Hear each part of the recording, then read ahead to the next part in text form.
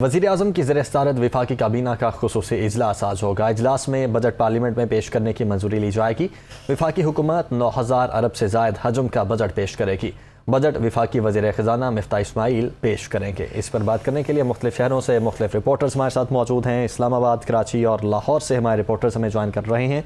सबसे पहले इस्लामाबाद का रुख कर लेते हैं। शुएब निज़ामी इस वक्त हमारे साथ मौजूद हैं। शुएब, बताइएगा क्या खदख्वाल हैं इस बजट के? जी, जो बजट आज पेश किया जा रहा है तकरीबन 9,000 अरब रुपए का बजट है, जिसमें 4282 अरब रुपए वो खसारे की नज़र होंगे और तकरीबन 3523 अरब रुपए जो है ये मज़ीद सिर्फ और सिर्फ कर्ज़ों और सूद की अदायगी पर खर्च होंगे।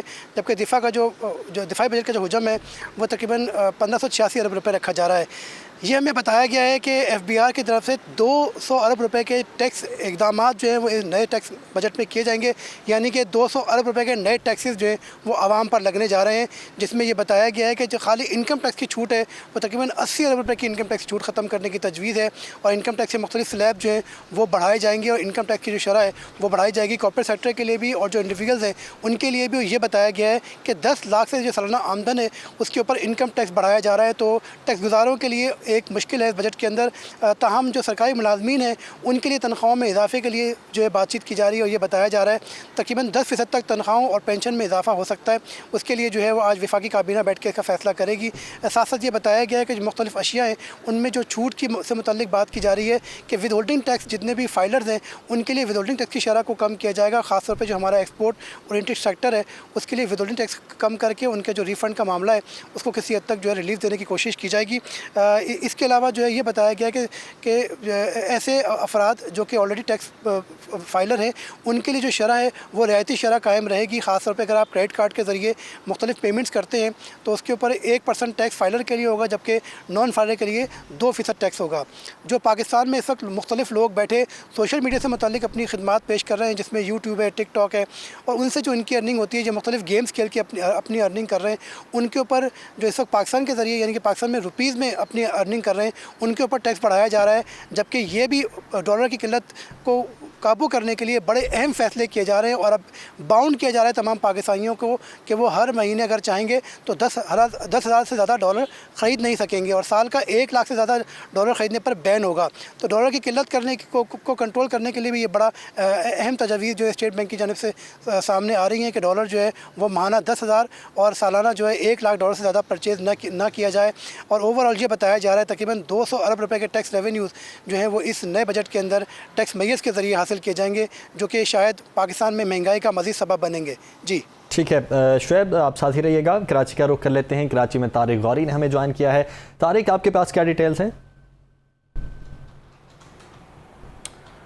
देखिए, शुएब ने काफ़ी सारी चीज़ें तो बताई दी हैं और इस हवाले से हम काफ़ी अर्से से बात भी कर रहे हैं। जो डिटेल है इस हवाले से अगर एक चीज़ देखें, जो ग्रोथ रेट है, अब इतने सारे टैक्सेस लगने के बाद जो सबसे बड़ा मसला पाकिस्तानियों को फेस करना पड़ेगा वो तो महंगाई का करना ही पड़ेगा।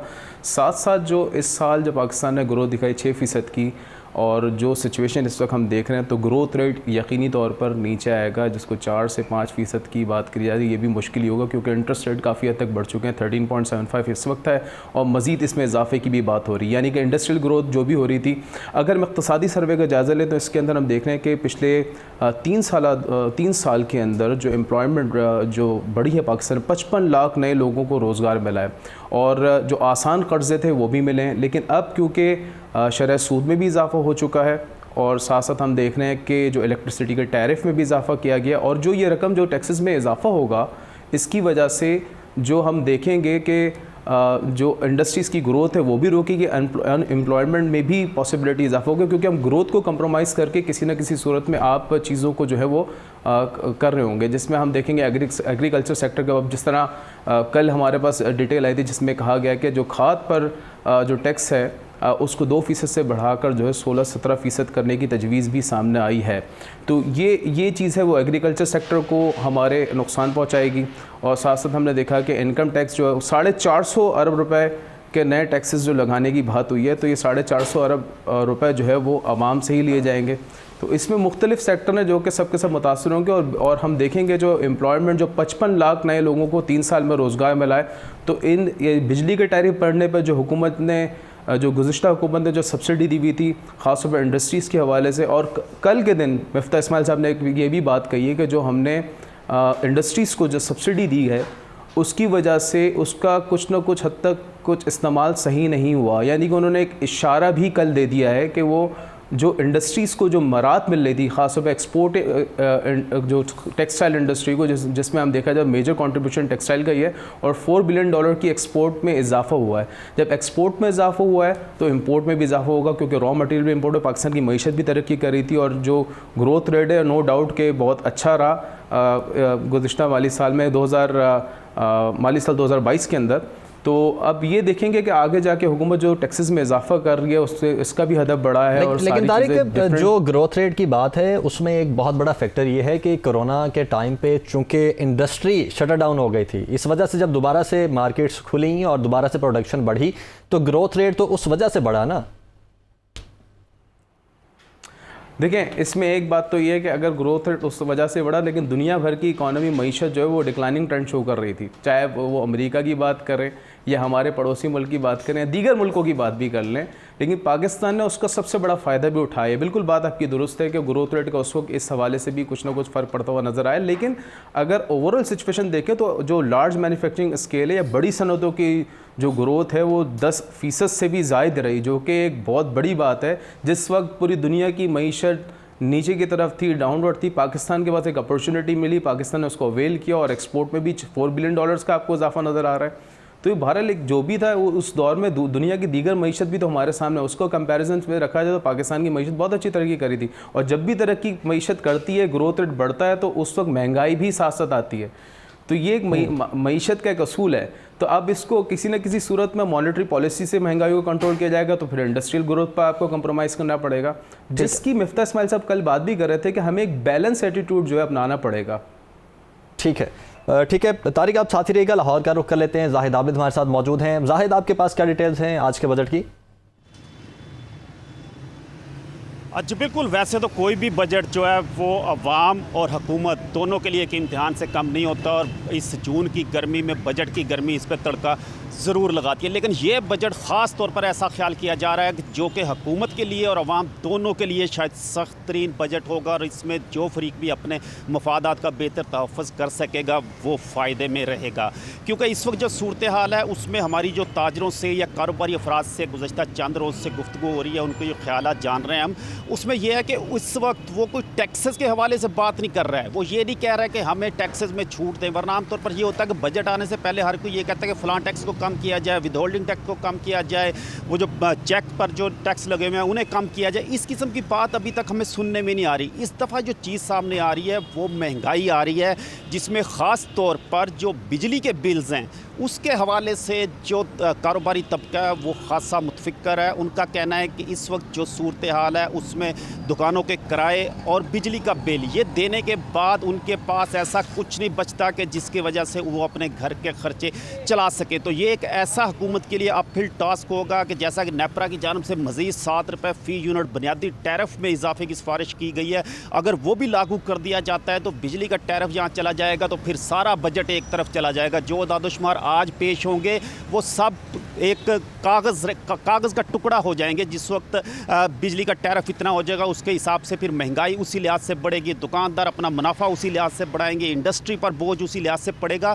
तो कई चीज़ें इस वक्त ऐसी हैं बिजली के हवाले से। आजकल ताजरों का ये भी चल रहा है कि 8:30 बजे बंद होनी है दुकानें, 9 बजे होनी है। तो उस पर भी जो एक आज गुज़श्ता रोज़ जो सबसे लाहौर का हॉट टॉपिक था ताजरों का वो ये था कि दुकानें किस वक्त बंद होनी है। वो इस वक्त बजट डिस्कस नहीं कर रहा है। वो ये कह रहे हैं कि हमें तवानाई चाहिए, हमें सस्ती तवानाई चाहिए, हमारे घरों के खर्चे चलते रहें, बाकी खर्च हम पूरा करते रहेंगे किसी ना किसी तरह। तो ये एक ऐसी सूरत हाल है जिसमें अवाम लेकिन जाहिद अगर ताजिर दुकानों के बंद करने की टाइमिंग की बात कर रहे हैं तो देखें पूरी दुनिया में इस तरह नहीं होता है कि रात 12-12, 1-1 बजे तक मार्केट्स ओपन रहें। हमारे यहाँ ये एक बड़ा अजीब सा कल्चर है। तो लाजमी है कि आप सुबह लेट खोलें, रात को लेट बंद करें दुकानें, सुबह की टाइमिंग जल्दी कर लें, 8 से रात 8 तक कर लें। इसमें क्या इशू है? ये तो ताजरों को खुद समझना चाहिए ना। जी बिल्कुल, आप किसी हद तक ये बात दुरुस्त कर रहे हैं और जिस हमारी भी ताजरों से बात होती है तो यकीनन उनसे ये सवाल होता है कि पूरी दुनिया में इस किस्म की मिसालें नहीं हैं। आमतौर पर 6 या 7 बजे तक दुकानें, मार्केटें जो आम दुकानें हैं बंद हो जाती हैं। लेकिन थोड़ा सा हमें यहाँ ये भी देखना होगा कि जो मौसम की सूरत हाल है, मसलन इस वक्त हम जहाँ हाल रोड पर खड़े हैं और यहाँ पर 42-43 डिग्री सेंटीग्रेड महसूस हो रहा है। जो सड़क है उससे बिल्कुल एक आग निकलती हुई महसूस हो रही है। तो इस सूरत हाल में ना यहाँ पे हमें इस वक्त तक ना हमें कुछ दुकानें नज़र आ रही हैं और ग्राहक भी आते हुए नज़र नहीं आ रहा है। तो ये गर्मी की जो सूरत हाल है इसको भी थोड़ा सा लाजमी तौर पर किसी ना किसी तौर पर असरअंदाज होती है। और कल एक बड़ी अच्छी तजवीज़ ताजरों की जानिब से आई कि हम इसके लिए तैयार हैं कि हुकूमत जो बजट पेश कर रही है उसमें सोलर पैनल्स ताजरों के लिए खसूसी तौर पर रियायत दे दे कि हमें या तो उस पर कर्जा देना शुरू कर दे या उस पर हमें टैक्सेशन की इतनी रियायत दे दे कि हर ताजर के लिए आसान हो जाए कि वो अपना सोलर पैनल लगा ले और उससे बिजली पैदा करे और अपना तमाम कारोबार दिन के वक्त करे, शाम के वक्त करे। उससे ना हुकूमत को कोई फ़र्क पड़े ना ही आवाम पर उसका कोई